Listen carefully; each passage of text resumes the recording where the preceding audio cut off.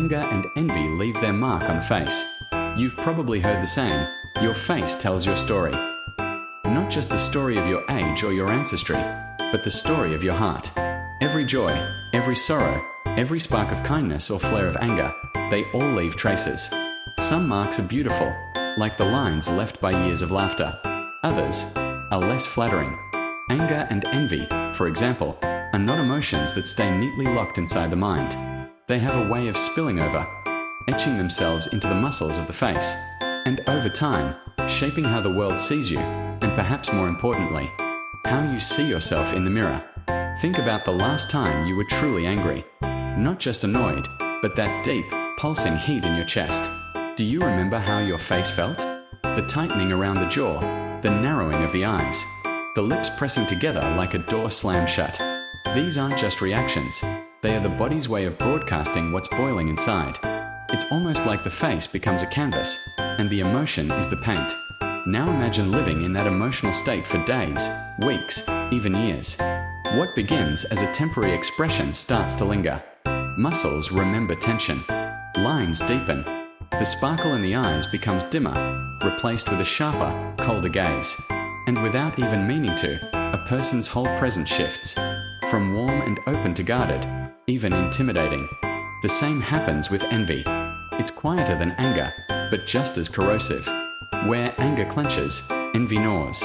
It hides behind polite smiles, but you can still see it. In the sideways glance, the slight curling of the lips, the way the eyes measure rather than meet. Envy drains joy from the face because it drains joy from the heart. And over time, it can leave behind a subtle but lasting shadow. Science even supports this. When we are stressed, resentful, or consumed by comparison, the body releases stress hormones like cortisol. These chemicals affect blood flow, muscle tension, even skin quality. It's why prolonged negativity can make the complexion look dull, and why people say someone looks tired or worn down, even if they've had plenty of sleep. The truth is, emotional weight is heavier than physical weight, and the face carries it all. But here's something worth pausing on. Other people can sense it. You don't need to say a single word. Your expression, your energy, your way of holding yourself, speaks louder than anything you could announce out loud. When anger and envy settle into the face, they send a silent message. I am not at peace. And people pick up on it instantly, whether they're aware of it or not. Now, I'm not saying we should never feel these emotions. Anger can be a natural response to injustice. Envy can sometimes highlight what we deeply desire in life. But when these feelings take up permanent residence inside us, they don't just harm our relationships or our mental health. They change the architecture of our very being. You might know someone who always seems to carry a storm cloud on their forehead. It's not just that they frown often. It's that their resting face has been trained by years of inner battles. Likewise, you may have met people who, despite their age, carry a softness that makes you want to be near them. That softness comes from a heart that has learned how to let go. It's a reminder that our inner life is not invisible. The mind whispers to the body, and the body tells the world. The more we hold onto resentment, the more our face becomes a billboard for that story. But the opposite is also true. The more we cultivate kindness, forgiveness, and peace, the more those qualities gently sculpt the face into something approachable, something warm, something truly beautiful. And here's the part one love most. You can start reshaping your face without touching a single beauty product. It begins with reshaping your mind. When you choose to pause instead of explode. When you wish someone well instead of resenting them. When you soften your own heart instead of sharpening your defenses. Your body feels it, and so does your face. I've seen it happen in people who took up meditation. At first, their eyes darted, their shoulders hunched. Their mouths carried the weight of unspoken frustrations. Months later, they looked lighter. Not just calmer, but more alive. The transformation didn't come from makeup, money, or surgery. It came from the simple practice of meeting life with a different kind of energy. So maybe the real beauty tip isn't in a cream or a diet. Maybe it's in learning how to free yourself from the grip of anger and envy. Because just as they can carve shadows into the face, kindness and peace can carve light into it. And that's the kind of beauty that only grows deeper with time. Let me ask you, when people look at you, What story does your face tell? Is it one of old battles and unhealed wounds? Or is it one of resilience, compassion, and ease? The choice is not instant, but it is yours. Every thought, every reaction, every moment of grace you choose is a brushstroke in the portrait you show to the world. Your heart is the sculptor, and your face is its masterpiece. Emotional states shape facial expressions. They say the eyes are the window to the soul, but in truth, the whole face is like a living canvas, one that records every feeling you've ever allowed to linger. And whether we realize it or not, we are constantly broadcasting our inner world to everyone around us. Think about it. You can tell when a friend is upset, even before they say a word. Maybe their smile feels a little forced. Maybe their eyes don't quite meet yours. Or maybe there's a heaviness in the way they hold their face, as if the muscles themselves are tired. This isn't magic. It's biology, and it's deeply human. Our emotions are not silent. They don't stay locked away inside the mind like secrets in a diary.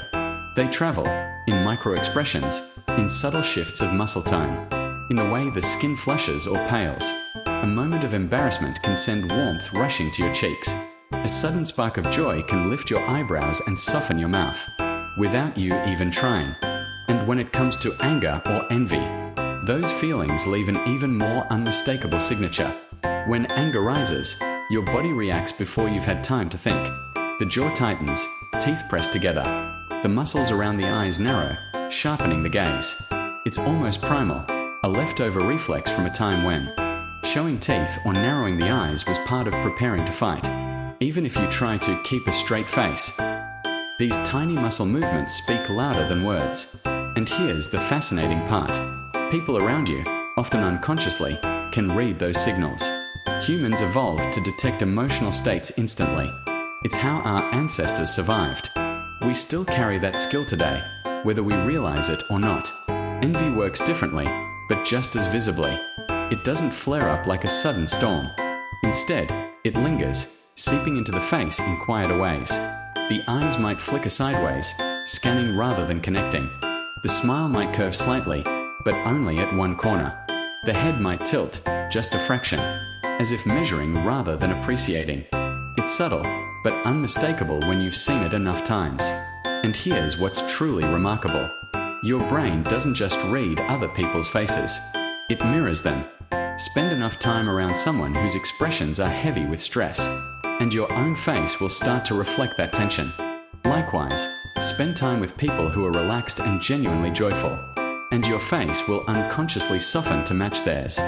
We are wired for emotional contagion, and our faces are the primary carriers. That's why first impressions are so powerful. Before you've spoken a word, your face has already told a story about what's happening inside you. Is it telling a story of calm, of kindness, or is it telling a story of guardedness, frustration, or judgment?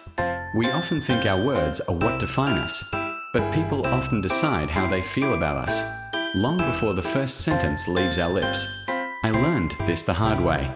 Years ago, during a stressful period in my life, a close friend told me I always looked on edge. At first, I was defensive. I thought, I'm not mad at anyone, I'm just tired. But then I noticed something. In photos, my eyebrows were always slightly furrowed. My mouth was almost never at rest. Even when I wasn't upset, my face was carrying the leftover tension of months of stress. That's when I realized my emotional state had been quietly training my muscles, teaching my face a new default expression without my permission. And here's the truth. You can't fake it for long. You can put on a smile for a photo, or try to keep your voice cheerful for a meeting, but your micro-expressions, those tiny, split-second flashes of emotion, will still slip through. A forced smile only lasts so long before the eyes betray the truth. It's not about learning to mask your feelings. It's about tending to the feelings themselves. That's why inner work is not just about the mind. It's about your presence, your relationships, your health, and yes, even your beauty. When you address what's happening inside, when you release what's been weighing you down, your face naturally reflects that freedom. The brow smooths, the jaw loosens, the eyes regain their brightness. You don't have to perform joy, it becomes your resting state. So the next time you look in the mirror, don't just check your hair or your outfit. Look deeper. What is your face saying about your inner life? Is there tension where there could be ease? Is there hardness where there could be warmth? This isn't about judging yourself, it's about awareness.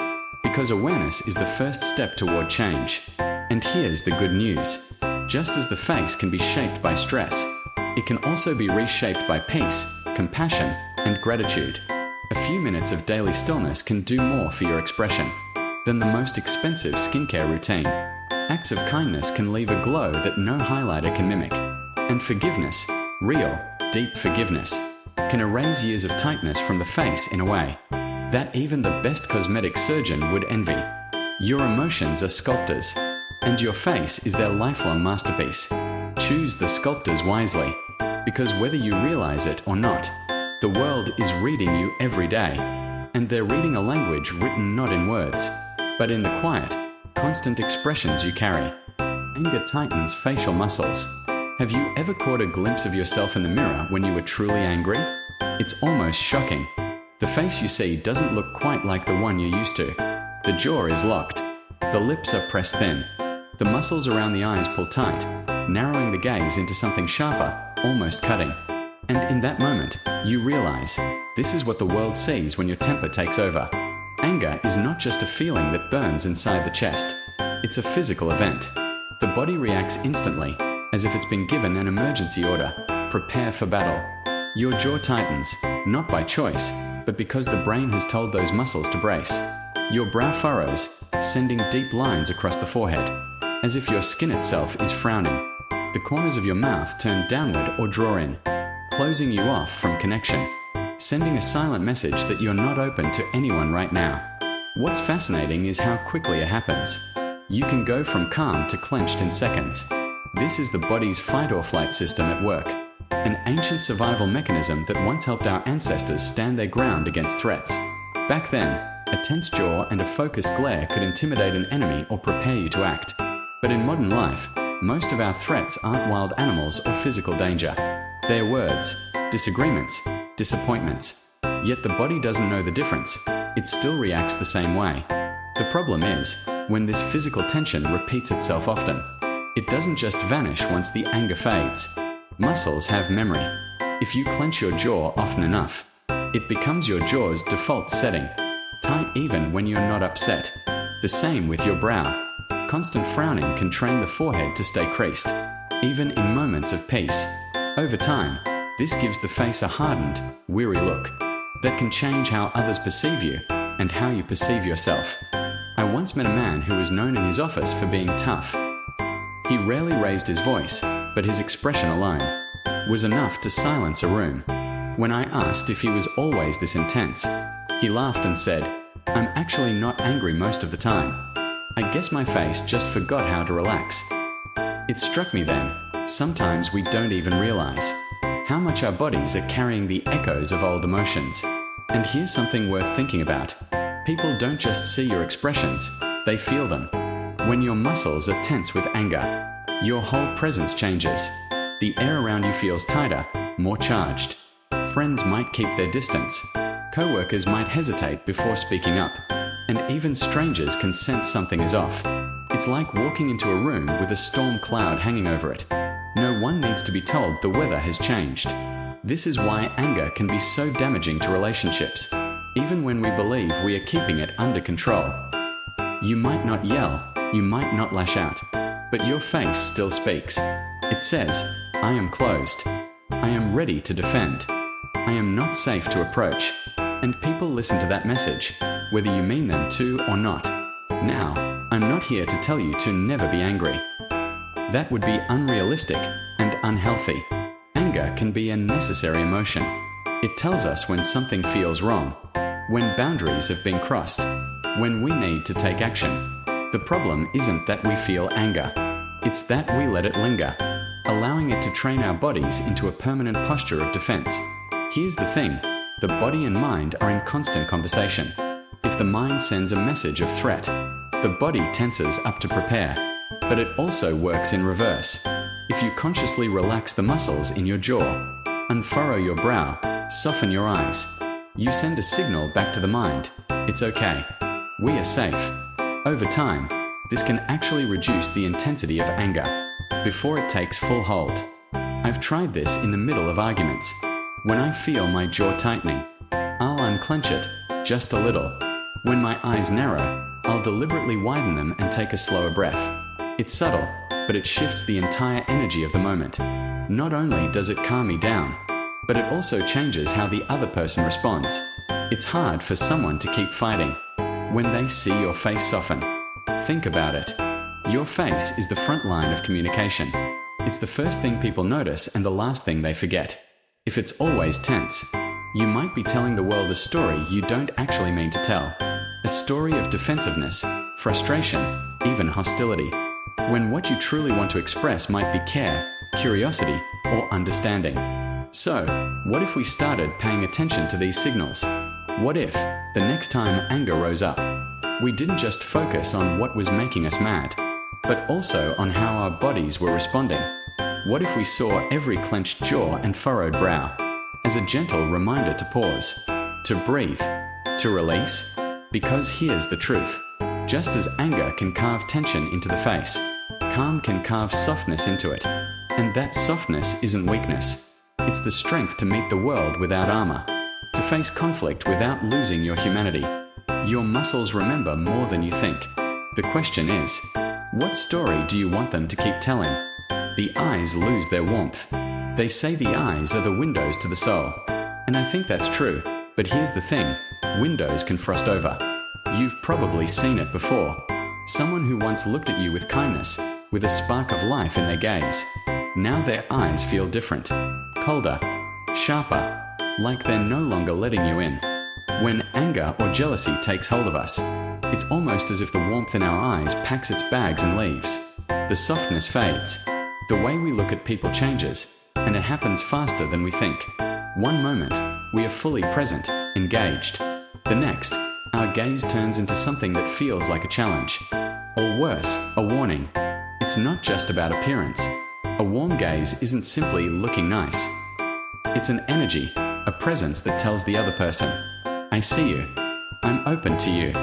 When that energy vanishes, even for a few minutes, it changes the entire dynamic between two people. I remember being in a conversation with a close friend years ago. We'd disagreed about something small. At least, it started small. Then I noticed her eyes. She wasn't glaring, but the warmth was gone. Her gaze was steady, but it felt like a wall. That was the moment the argument stopped being about the words, and became about the feeling, the distance that had suddenly grown between us. Why does this happen? It's partly biology. When we are angry or jealous, the body shifts into defense mode. Our pupils may narrow. The muscles around the eyes tighten. The brain unconsciously changes the way we focus, scanning for threat rather than seeking connection. Even if we don't say a word, the other person feels that shift instantly. It's human instinct. We evolved to read eyes long before we read language. Here's the thing. Warmth in the eyes isn't just for the people we love. It's for everyone we meet.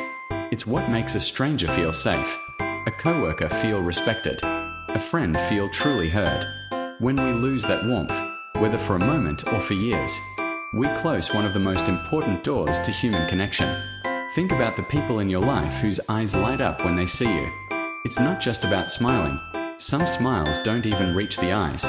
It's about that softness, that openness, that silent message. You matter here. Now imagine if that light was gone. You'd feel it immediately, and no amount of polite words could replace it.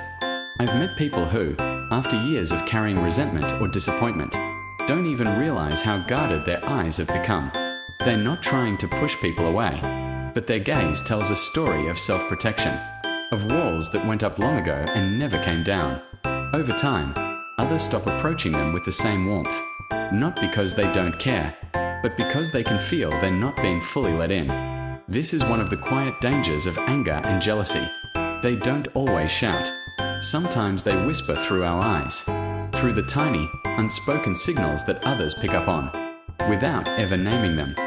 We might think we are hiding our emotions well, but our gaze has already given us away. So what do we do about it? We start by noticing. The next time you're upset, Catch yourself in the mirror. Look into your own eyes. Do they still have the same warmth you recognize? Or have they shifted into something harder, more distant? It's uncomfortable to admit it, but that awareness is the first step to changing it. Then, try something simple but powerful. Soften your gaze on purpose. It's not about pretending you're not upset. It's about choosing not to let that emotion take over. The one part of your face that speaks the loudest. You can be firm without being cold. You can set boundaries without shutting down connection. I've done this in some of my most difficult conversations. When I feel myself withdrawing into that colder stare, I consciously relax the muscles around my eyes, let my breath slow, and remember that the person in front of me is more than the moment we are in. It doesn't magically solve the disagreement, but it changes the tone, and often it keeps the bridge between us from burning. Because here's the truth. Our eyes don't just reflect how we feel. They influence how others feel in our presence. A warm gaze can make someone open up. A cold gaze can make them shut down. And over time, those tiny moments add up to shape the relationships we keep or lose. So maybe the real question is this. What do we want people to remember when they recall looking into our eyes? Do we want them to remember feeling judged or feeling seen? Do we want them to walk away with tension in their chest or with a sense of safety and connection? Warmth in the eyes doesn't mean you're naive or weak. In fact, it might be one of the strongest choices you can make. It's the choice to keep the window open, even when you feel like closing it. It's the choice to let your humanity show through the one part of your body that never stops speaking, even when your mouth is silent. And maybe, in the end, that's what we are all looking for in each other. Not perfect words, not flawless behavior, but that simple, irreplaceable warmth that says, I see you. You're safe here. You matter. The mouth reflects resistance. Have you ever been in a conversation where the other person's lips pressed together so tightly you can almost hear the silence? Or maybe the corners of their mouth turn downward, just slightly, but enough for you to feel the resistance in the air. It's amazing how something so small can speak so loudly. The mouth, in many ways, is like a door. When we are open, it moves freely, smiling, speaking, laughing. When we are closed off, that door shuts. We press our lips together, sealing in our words, sealing in our emotions. Sometimes we do it without realizing it, but the person across from us feels it instantly. A tightly pressed mouth can mean a lot of things. Maybe we are holding back anger, or biting down on something we want to say but know will cause damage. Sometimes, it's not about the words at all. It's about not wanting to let our feelings spill out, because we are not ready to be vulnerable. That little line of tension says, I'm not letting you in right now. I remember sitting across the table from a colleague during a difficult meeting. The discussion was polite, but there was a topic we both avoided. An unspoken disagreement that had been building for months. Every time it came close to the surface, her lips pressed tighter, her jaw stiffened, and I knew we were hitting a wall. She didn't need to say, I'm not talking about this. Her mouth had already said it for her. Biologically, it's fascinating. When we are in conflict, the muscles around the mouth become part of our defense system. It's almost like our body is trying to keep dangerous words from escaping. Words that could escalate the situation. The irony is, while it might protect us in the moment, over time it builds distance. Because every time that door stays shut, connection becomes harder to rebuild. This isn't just about anger, either. It can also be about long-term resentment, the kind we don't shout about anymore. We've stopped arguing, but the mouth still remembers. The lips still hold that tiny, stubborn curve downward, as if they're carrying the weight of old conversations that never ended well. But here's the deeper truth. Our mouth is more than an outlet for words. It's an emotional signal. A relaxed mouth can make someone feel safe. A tense mouth can make them feel like they're walking on thin ice. People pick up on these cues more than we think, and often they respond in kind. A closed mouth can make others close theirs. Before we know it, we are in a relationship where both doors are locked, and neither person has the key. So what do we do when we catch ourselves doing it? First, notice it. In the middle of a conversation, check in with your face. Are your lips pressed tight? Are you unconsciously frowning? Awareness turns the invisible into something we can work with. Then, loosen it, even just a little. It's not about forcing a fake smile. It's about letting the muscles soften, reminding your body and the other person that you're still here, still present, still willing to connect. Sometimes, just that tiny physical shift can lower the temperature in a tense moment. I've tried this myself in arguments with people I care about. It's strange when I notice my lips press tight, and I consciously relax them. It feels like I'm letting go of a little piece of the armor I've been wearing. It doesn't mean I agree with everything being said. It just means I'm not shutting the door completely. And often, the other person senses it. Their own body relaxes. Their voice softens. And suddenly we are talking like people again. Not like two locked gates facing each other. Because here's the thing. Our mouths don't just deliver words. They deliver permission. Permission for the other person to share. Permission for the conversation to go deeper. Permission for connection to stay alive, even in disagreement. So maybe the next time you find yourself pressing your lips together, you can ask yourself, what am I holding back right now? Is it protecting me? Or is it building a wall I don't actually want? The mouth reflects resistance, yes, but it can also reflect willingness. It can say, without words, I'm here, I'm listening, I'm open enough to let the conversation breathe. And in a world where so many doors slam shut in silence, maybe that's one of the simplest and most powerful gifts we can give. Prolonged negativity imprints permanent changes. Have you ever met someone whose face seems stuck in a certain expression? Not because they're feeling that way right now, but because years of repeating the same emotion have carved it into their features. It's like the face has learned one story, and it tells that story, even in silence. Science actually backs this up. Our facial muscles are incredibly adaptable. They respond to emotion instantly, but here's the catch. When you use the same muscles in the same way over and over, they start to stay that way, even when you're not feeling the emotion anymore. It's why people who laugh often tend to have soft smile lines, and why people who live in constant stress or anger often carry deeper frown lines, tighter jaws, and an overall hardened look. I remember meeting a man at a small coffee shop years ago. We struck up a casual conversation, but I couldn't help noticing his brow was deeply furrowed. Even when we were talking about light-hearted things, it wasn't that he was upset in that moment. It was that his face had been trained by years of tension to hold that shape. And it made me wonder, what stories are my own features quietly telling the world? Think about it. Every emotion we feel is like a rehearsal. Smile enough, and your cheeks remember the lift. Scowl enough, and your forehead remembers the crease. Our resting face isn't random. It's a reflection of our emotional habits. Now, I'm not saying a few bad days will ruin your expression forever. Life gives us all moments of frustration, grief, and stress. But when negativity becomes the constant background music of our lives, our face becomes the album cover. And the world, whether consciously or not, reads that cover before we even speak. This is where self-awareness becomes powerful. We can't control every emotion, but we can notice which ones we keep inviting back. If anger has become a permanent guest, it will eventually redecorate the house. And by house, I mean the very architecture of our face. Here's the twist. It's not just about beauty or vanity. It's about connection. People respond to what they see. A face that looks perpetually stern can unintentionally create distance. Not because we are unkind, but because our features suggest we might be. And the truth is, we don't always get the chance to explain. First impressions happen in seconds, and they happen mostly through what's written on our face.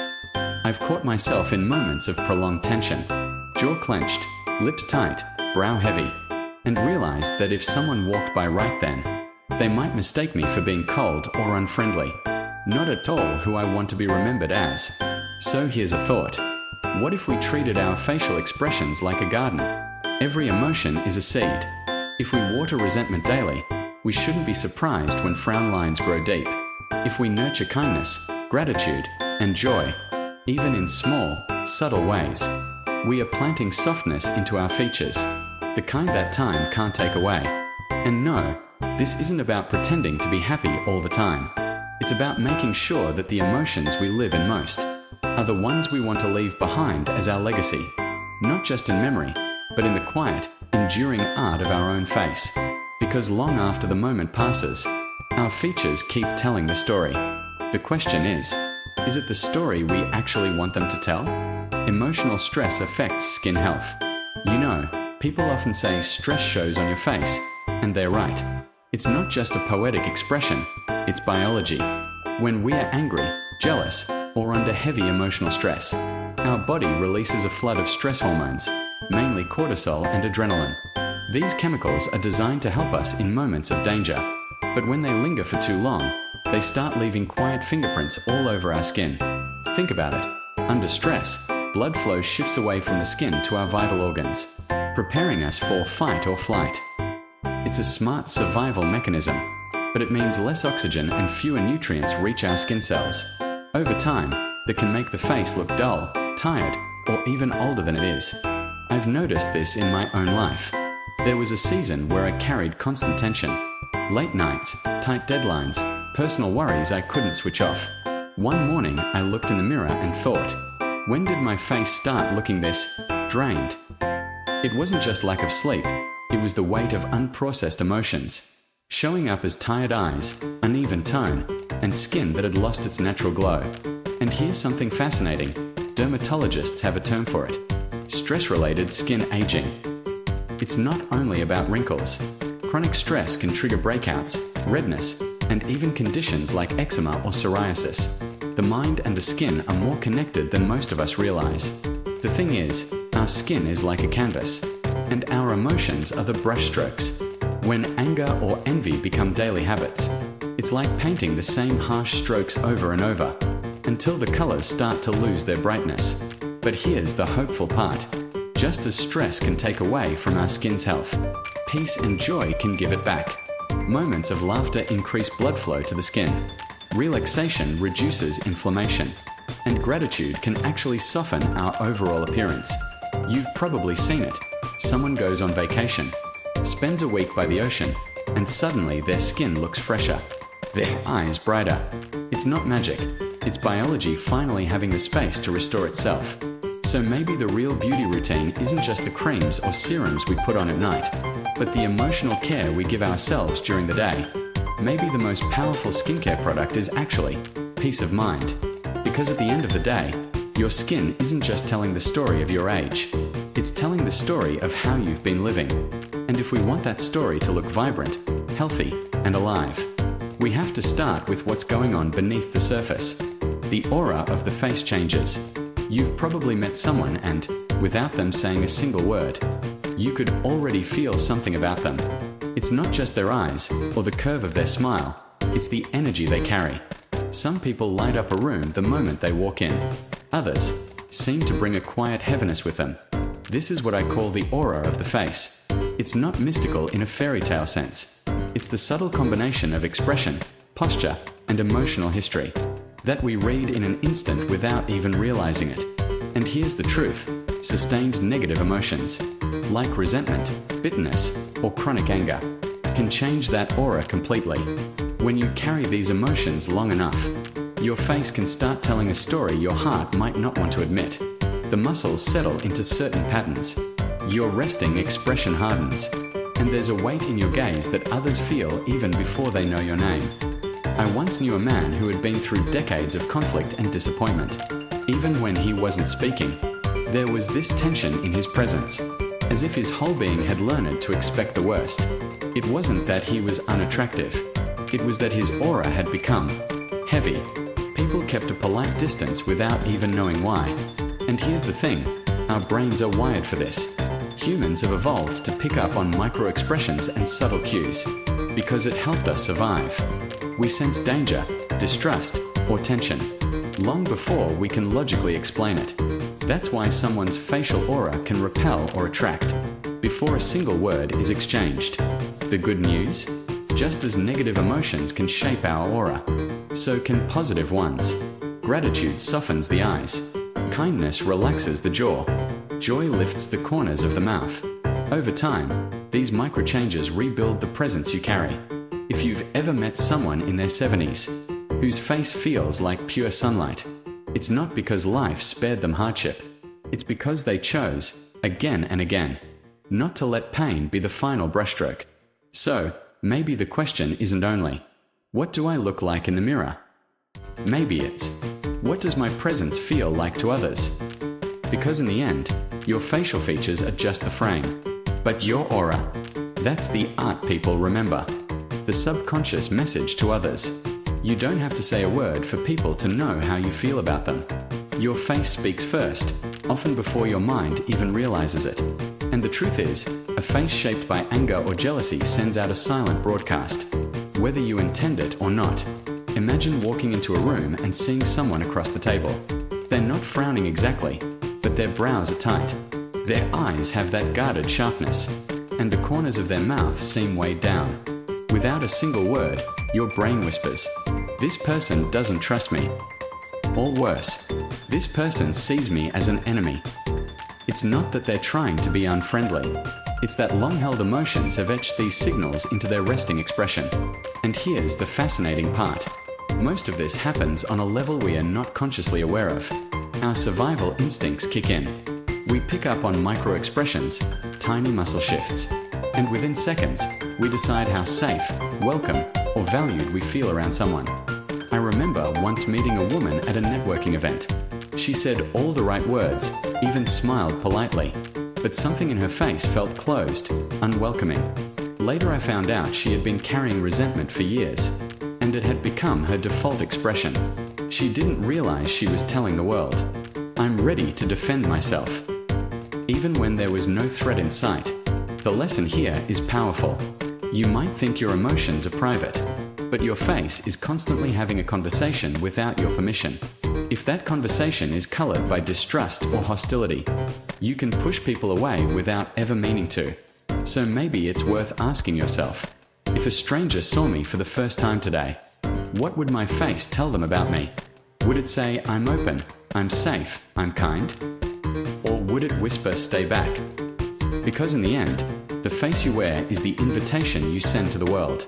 And people can't help but RSVP to the energy you're putting out. Inner peace creates the opposite effect. It's amazing, isn't it? The same face that can look tense, closed off, even intimidating, can, with a change of heart, become warm, open, and deeply inviting. When your mind is calm and your heart carries compassion, it's like the muscles in your face remember how to breathe again. The jaw unclenches, the brow smooths out, the corners of your mouth lift, not in a forced smile, but in that effortless way people do when they genuinely feel safe inside themselves. Have you ever met someone who didn't just look kind? They felt kind? You didn't need them to say a word. Their eyes had this softness, this light, as if they'd made peace with the world and with themselves. Being around them felt like sitting near a fireplace on a cold night. There's a quiet warmth that reaches you before you even notice it. Science even backs this up. When we are calm, our nervous system signals the facial muscles to relax. Our eyes naturally widen with interest instead of narrowing in defense. And our breathing slows. It's not just an emotional shift, it's a full body signal of trust. And people can read that signal instantly, even from across the room. I've noticed something in life. We often chase beauty by trying to fix the outside. More creams, more treatments, more tricks in the mirror. But the kind of beauty that really stops people in their tracks comes from an inner stillness you can't fake. It's harmony between how you feel and what your face tells the world. So maybe the real work isn't in hiding wrinkles or forcing a smile. Maybe it's in cultivating a mind that forgives quickly, that lets go of grudges, that looks for reasons to be grateful instead of resentful. Because when the inside is at peace, the outside can't help but follow. And here's the best part. You don't need perfect circumstances to start. Even in hard seasons, you can choose moments of stillness. Choose to breathe before you react. Choose to see others through a lens of empathy instead of suspicion. Do that long enough, and your face will start to tell a new story. One that says, without a word, "I'm safe to be around. You can trust me. You're welcome here." That's the quiet magic of inner peace. It doesn't just change how you feel. It changes how the world feels about you, transforming the face through the mind. They say the face is a mirror of the soul. And the older I get, the more I believe it. Not because of some poetic cliché, but because I've seen it, in friends, in strangers, even in myself. Our expressions, our posture, even the way our eyes meet the world, they all quietly tell the story of what's happening inside. And here's the hopeful part: you can change that story. Not with surgery, not with makeup, but with the way you think, the way you feel, the way you choose to carry your days. Mindfulness, kindness, letting go of old grudges. These aren't just spiritual hobbies. They're like invisible hands, slowly reshaping the architecture of your face. When you practice being present, your features soften. When you choose kindness, your smile becomes easier, more genuine. When you release resentment, the heaviness in your brow fades. And suddenly people start saying, "Wow, you look different. Happier. Lighter." Think about it. Have you ever run into someone you haven't seen in years, and you notice how radiant they've become? It's not just a new haircut or losing a few pounds. It's something deeper. Their eyes shine differently. Their presence feels welcoming. It's the glow of a mind at peace with itself. Science quietly agrees with this ancient wisdom. Chronic stress, anger, and bitterness keep our nervous system on high alert, tightening our muscles and draining the life from our expression. But when we shift our inner state, through daily mindfulness, through honest gratitude, through forgiving what's been weighing us down, we literally change our brain chemistry. Our bodies stop bracing for attack, and our face begins to tell a new story without us even trying. I'm not saying you'll wake up tomorrow looking 10 years younger. What I am saying is, over time, the warmth you nurture in your mind will settle into your skin. The light you carry in your thoughts will find its way into your eyes, and the world will feel it before you even say a word. So maybe the real beauty routine isn't in the bathroom mirror. Maybe it's in the quiet moments when you choose patience over frustration, compassion over judgment, and peace over chaos. Because the truth is, the mind sculpts the face. And when the mind is light, the face can't help but shine.